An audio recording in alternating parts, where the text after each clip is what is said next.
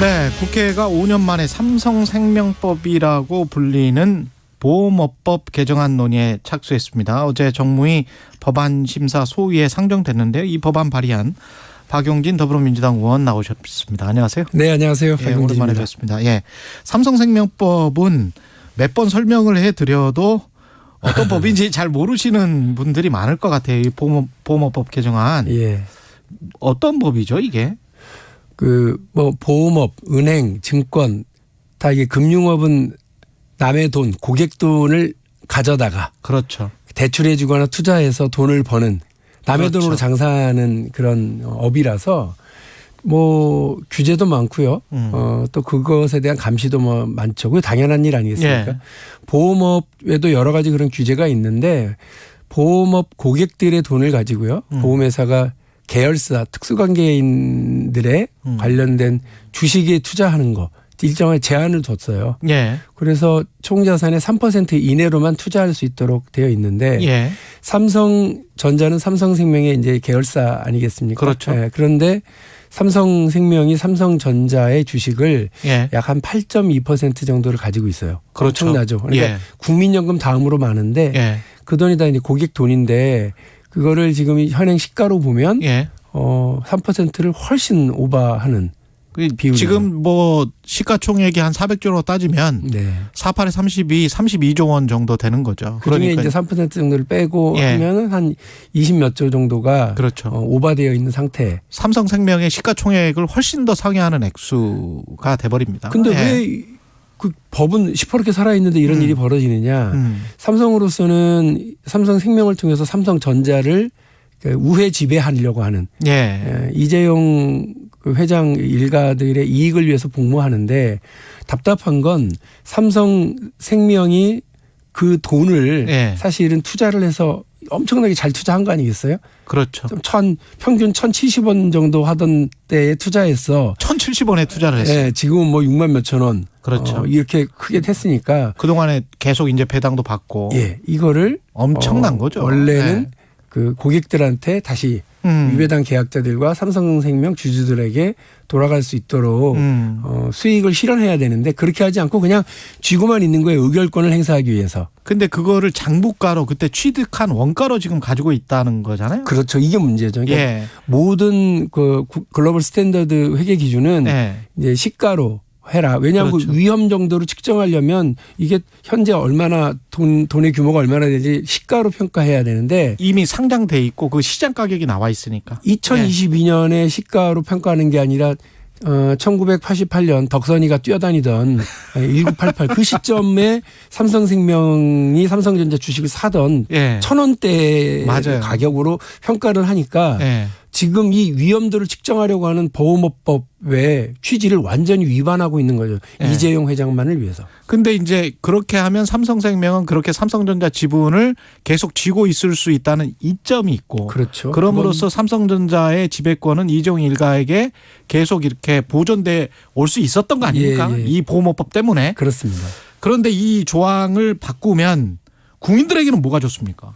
일단 아주 그냥 원칙적으로는 공정과 상식이라고 하는 시장 질서를 잘 지킨다. 법의 정신이 살아있네. 이런 거고요. 700만 명 대 1. 700만 명 대 1. 이거를 딱 기억해 주십시오. 일단 유배당 계약자들 당신의 보험료로 돈 벌면 배당해 드릴게요 라고 했었던 삼성생명의 유배당 계약자들이 한 160만 명 정도가 계신데요. 그분들한테 이 삼성생명이 했었던 애초에 계약을 이제 실현할 수 있는 일이 된 거죠. 160만 명 플러스 삼성생명 주주들에게도 배당이 실현될 테니까 그분들도 돈 버는 일이죠. 12만 명.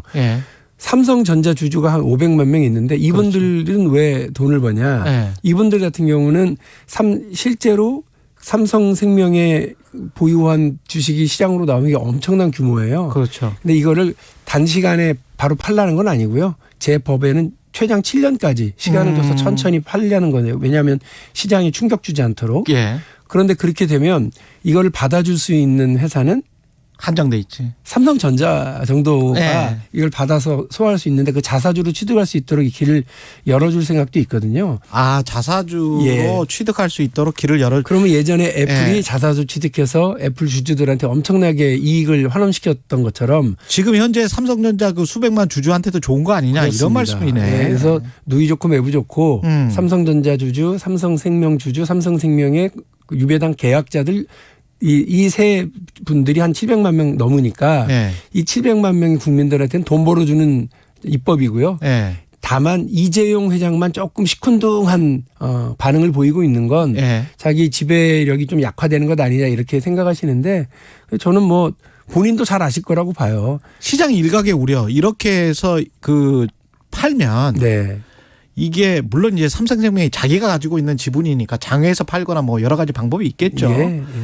그럼에도 불구하고 혹시 삼성전자라는 엄청나게 좋은 기업이 해외 투자가들이나 뭐 사모펀드나 이런 애들한테 넘어가는 거 아니냐. 맨날 이제 걱정하는 게 이거였잖아요. 국회에서도 여기 우려를 표하는 의원님들이 이제 그런 입장을 말씀하시는데 삼성 쪽에서는 아주 적극적으로 이거를 자극하는데 정확하게 말씀드리면 혹세무민하고 있다. 삼성 혹세무민이다. 측에서. 그러니까 지금도 삼성전자의 외국인 지분은 50%가 넘잖아요. 그렇다고 삼성전자가 외국 기업은 아니잖아요. 그렇죠. 그리고 뭐 지배력이라고 해봐야 예전에 엘리엇이라고 하는 국제 투기자본이 삼성한테 막 이렇게 저렇게 의견 내고 그랬는데 그때 큰 소리 칠 때 지분이 0.6밖에 안 돼요. 근데 삼성은 지금 이재용 그 부회장 일가가 직접적으로 삼성물산 통해서 또. 삼성물산 통해서 일가가 가지고 있는 것도 있고 계열사들 통해서도 지배하고 있는 게 20%가 넘어요. 그러니까 넘사벽이에요. 그러니까 여기서 한 5% 정도를 법에 맞게 공정과 상식에 맞게 이렇게 처리한다 하더라도 큰 문제가 없다고 하는 건 분명합니다. 그리고 이걸 아까 말씀드린 것처럼 자사주로 이렇게 해서 해결한다 그러면 그 전체 지분의 변동엔 큰 의미가 없어요.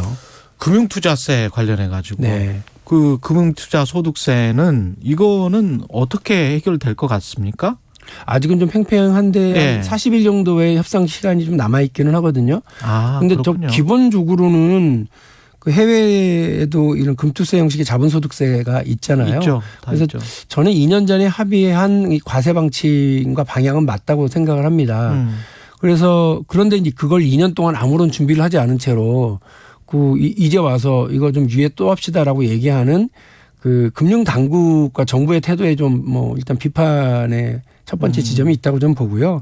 그 민주당에서 제안한 두 개 뭐 유예 조건들 있었잖아요. 종목당 10억에서 100억 이상으로 높이는 정부안 뭐 철회하고 완화하는 안을 좀 철회하고 그다음에 거래세를 좀 더 낮추자. 더 낮추자. 이거였는데 그러면 그 우리 개미 투자자들에게도 좋고 또 민주당이 우려하고 있는 부자 감세라고 하는 방향에서 또 일정한 브레이크를 걸 수 있는 저는 좋은 협상 지점이라고 생각하거든요. 근데 일단 뭐 정부 여당은 뭐 안 된다 하고 이제 뭐 거부했거든요. 송일정 정책위 의장도 최강시사에서 유예가 필요하다면 그냥 유예시켜 주면 되지 왜 조건을 붙이냐.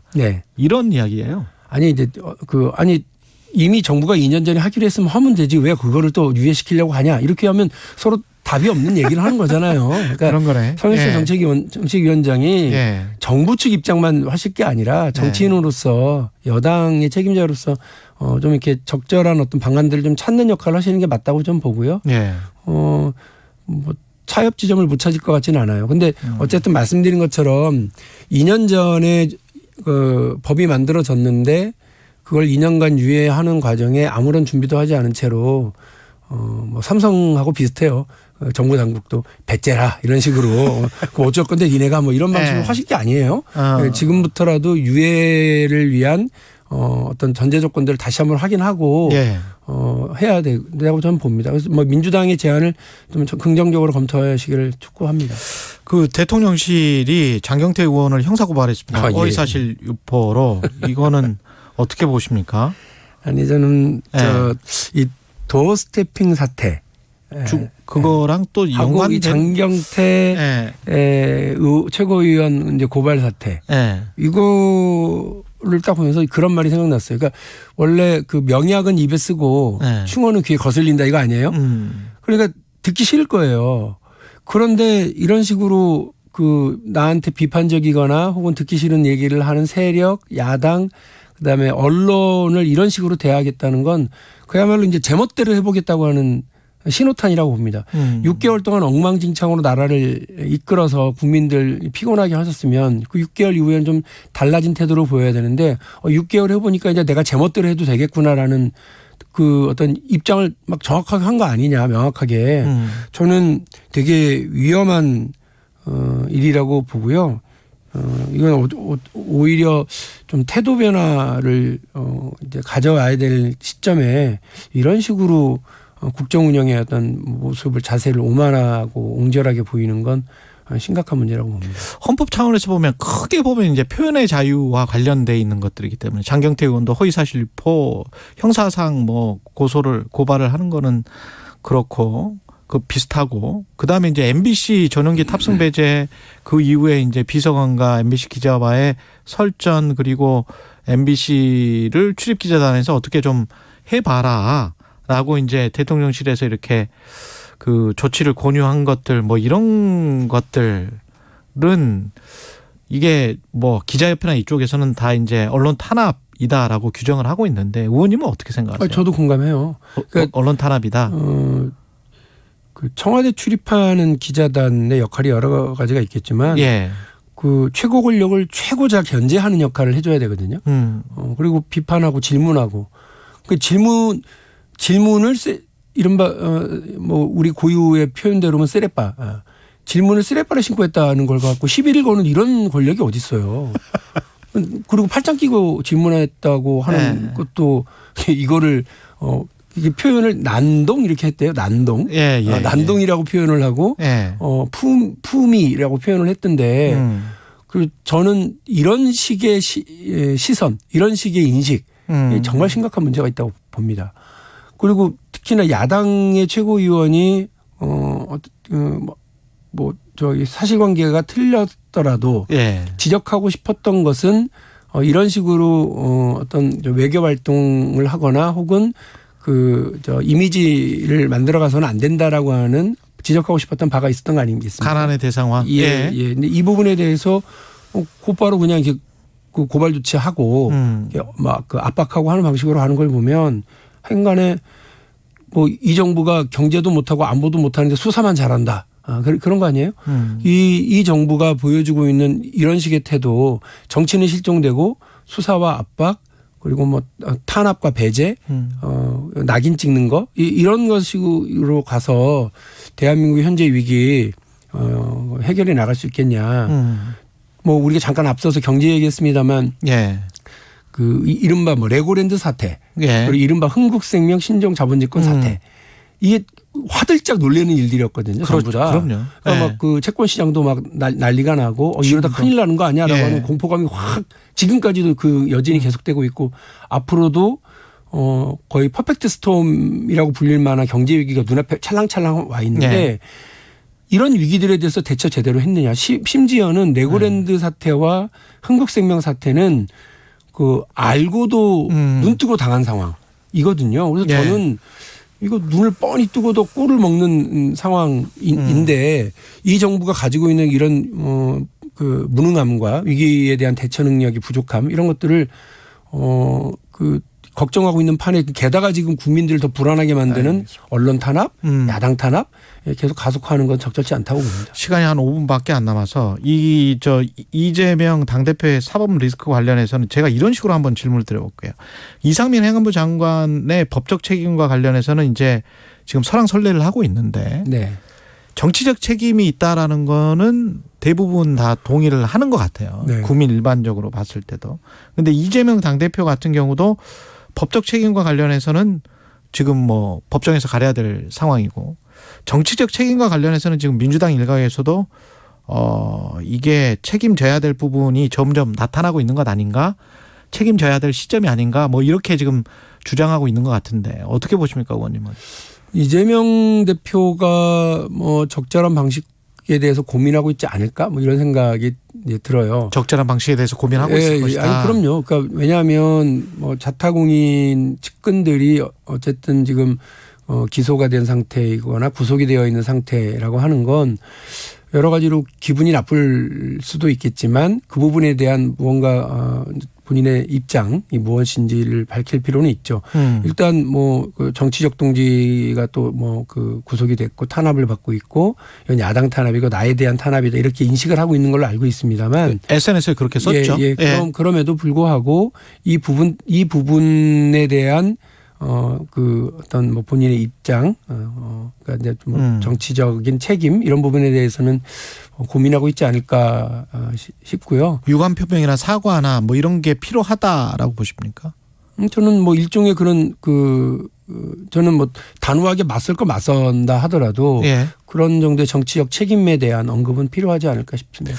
한겨레 익명의 다선 국민주당 의원이 그런 이야기를 했더라고요. 일반적인 국회의원이라고 하더라도 보좌관 2명이 구속이 됐으면 뭔가 표명을 한다, 사과를 한달지 그런 이야기를 했는데 그거는 적절한 표현이라고 보세요. 저는 뭐 그게 상식적으로는 맞는 상식적으로 맞다. 아니 만일에 이제 제가 네.